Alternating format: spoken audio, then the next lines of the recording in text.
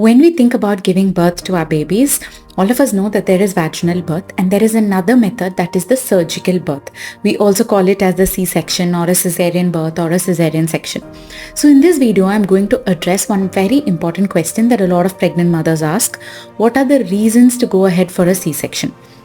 So we will be discussing both complications that can happen during pregnancy and complications that can happen after you go into labor, that is after you have contractions. So you will have to go for an emergency C-section. So stay tuned till the end of the video to get a lot of information. Hi, I'm Saranya, the founder of Babypedia. I'm a pregnancy coach and a life coach for mothers. So now let us first look at what is a cesarean. So in case there is any health complication for the mother or the baby, either during pregnancy or during birth, your doctor will rush you for helping you to give birth to your baby through a surgery. Okay, so this is essentially what a cesarean or a C-section is. So usually the incision will be given in a horizontal, that is a sidewise cut, and your doctor will try to give it at the lowest part of your pelvis, okay, almost near your bikini line, because so that it is not very visible and it is also comfortable for you. But sometimes, in case your doctor is not able to give you a horizontal cut, they could also be giving you a up and down cut, which is also called the vertical cut. Okay, this happens nowadays in very few surgeries unless your doctor is not able to go ahead with the horizontal cut. Right, so now that you know how your doctor is going to do it, some medical reasons. First, let us look at some of the reasons that can, happen during pregnancy. Okay, so if there is any type of health complication with the mother or the baby, that means that the mother will have a lot of risk factors when they are delivering vaginally, then your care provider, your doctor, may recommend going ahead for a C-section. So what are these complications that might occur? So the very common complication is to do with where your placenta is placed. Okay, so it is also called placenta previa. This is where your placenta gets attached on or somewhere very close to the opening of the uterus. So the uterus has an opening at the bottom, right? That's called the cervix. So if your placenta goes and gets attached on top of the uterus like this, so the placenta is blocking the outside, the exit path of your baby, so your baby cannot be born vaginally without pushing the placenta out first, and that can be very risky because once the placenta detaches, it can lead to a lot of bleeding and complications for the mother.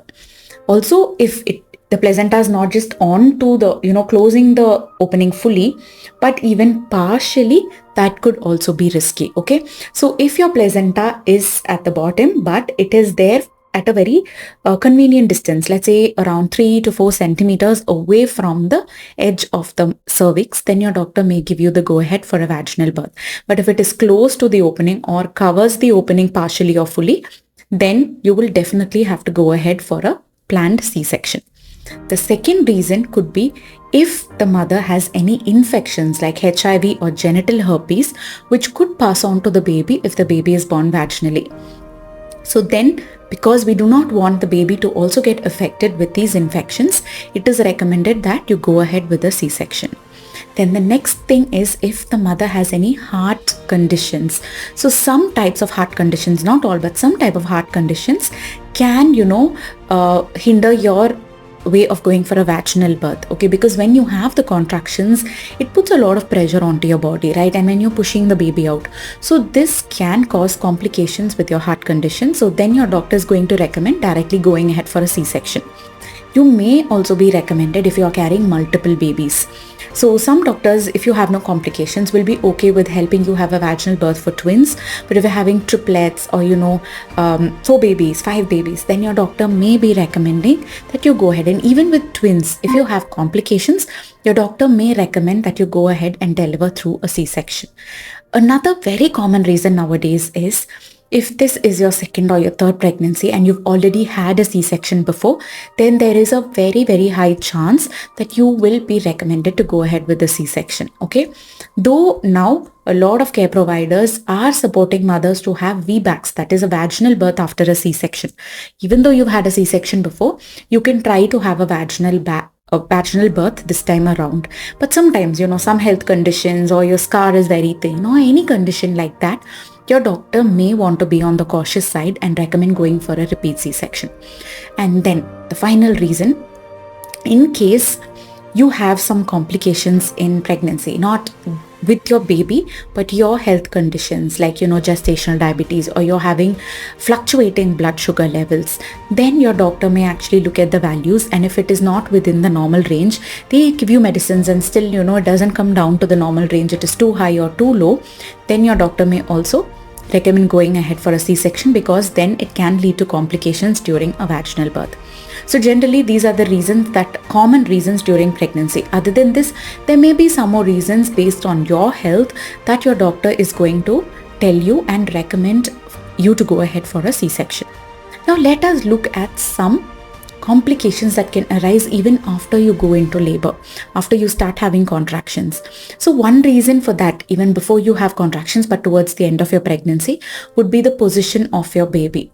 In case your baby is lying in a transverse, that is a diagonal position with their head onto one part of your pelvic bone, then that is a reason for you to go ahead for a C-section, because if your baby has to be born, then the head is pressed against the pelvic bone. So when contractions happen, you are going to be putting pressure on the baby's neck, or the shoulder may come into the cervix.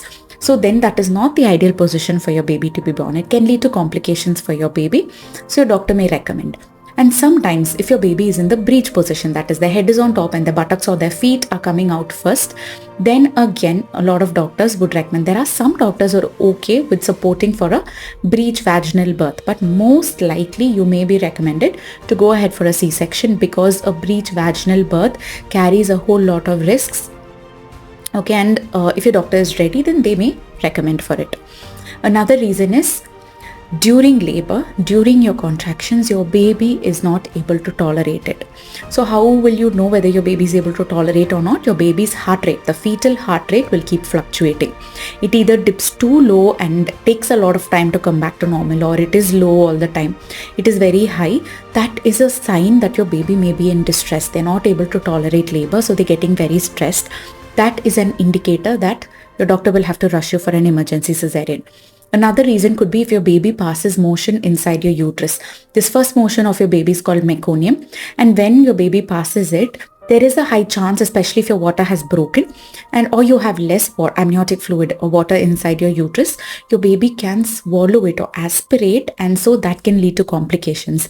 So if your doctor suspects that there is meconium inside that is mixed with the amniotic fluid, your doctor may again recommend that you go ahead with an emergency C-section. Okay, if the umbilical cord gets pinched and your baby does not get enough oxygen, or the umbilical cord comes out before your baby, that's called the cord prolapse, or your placenta starts to get detached a little, so there is bleeding, this could also be a risk factor. So your doctor rushes you for a C-section. So all these are different reasons for an emergency C-section. Another major reason could be some health complication on your baby's side. Let's say your baby has cardiac conditions, or your baby has a big head. So such conditions could also warrant that your baby may not be able to tolerate labor. So doctor may recommend that you go ahead with a C-section. Okay. In case any of this is a little moderate, for example, let's say you're having gestational diabetes and the values are not too high or too low, just a little out of the normal, your doctor may also give you an option to go for an induction before directly going for a C-section. So induction is nothing but, instead of waiting for labor to start on its own naturally, your doctor will give you medications to kickstart labor. Okay, so medically we are inducing contractions for you, and we are going to see if you and your baby are able to, tolerate those contractions and you're able to deliver vaginally. If that also does not work, your baby goes into distress or you are having complications, then after that your doctor may rush you for a emergency C-section. Or sometimes if you are able to tolerate that labor after an induction, then you may be able to deliver your baby vaginally as well. Okay, so these are some of the conditions or situations in which you may have to deliver your baby via a C-section. Now there is another very common trend, okay, where either without a medical reason, the birthing couple or relatives of the birthing couple or your medical team, without a proper medical reason, you want to go ahead and have a C-section. Well, I totally understand, and I also advocate that at the end of the day, it is up to the birthing mother to decide how she wants to give birth to her baby. Yes, The ultimate decision is in your hand. But I also want you to understand that a C-section is a major surgery. Though it is done very commonly, in some states in India, even 60-70% of mothers deliver via a C-section. It's that common. It's also the most commonly done medical procedure, medical surgery. It is a surgery at the end of the day, right? So in case there's a medical reason and you're going ahead with the surgery, you're going to be cutting through 7 different layers of the body and then delivering your baby. That's great. But without a medical reason, why, if you go ahead and go for the surgery, you can have some complications, okay? The decision is yours, but it is my responsibility to let you know of some of the complications that can arise with having a C-section. So I am going to give you the list of complications that can arise so that you understand what you are getting into before you plan for a C-section without a medical reason, right? Okay, so some of the possible complications are: you may have reactions to the medications that are given to you during surgery. Okay, the anesthesia that is given, anything, you may have strong reactions. You may have uncontrolled bleeding during your surgery, abnormal separation of the placenta, especially if you've had previous C-sections and the placenta is attached somewhere near your previous C-section scar, then that could also lead to complications, because when the placenta is detached, then you may have some rupture in the uterus or extra wounds, so complications can happen. Sometimes when your doctor is rushing in, there could be injury with the surgical instruments to your bladder or your bowel.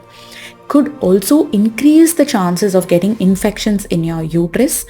Post-surgery, your C-section scar, the wound that is there on your uterus and in all your skin layers, can also get infected. Okay, so wound infection can also happen. Some women do complain about trouble urinating or frequent urinary tract infections as well.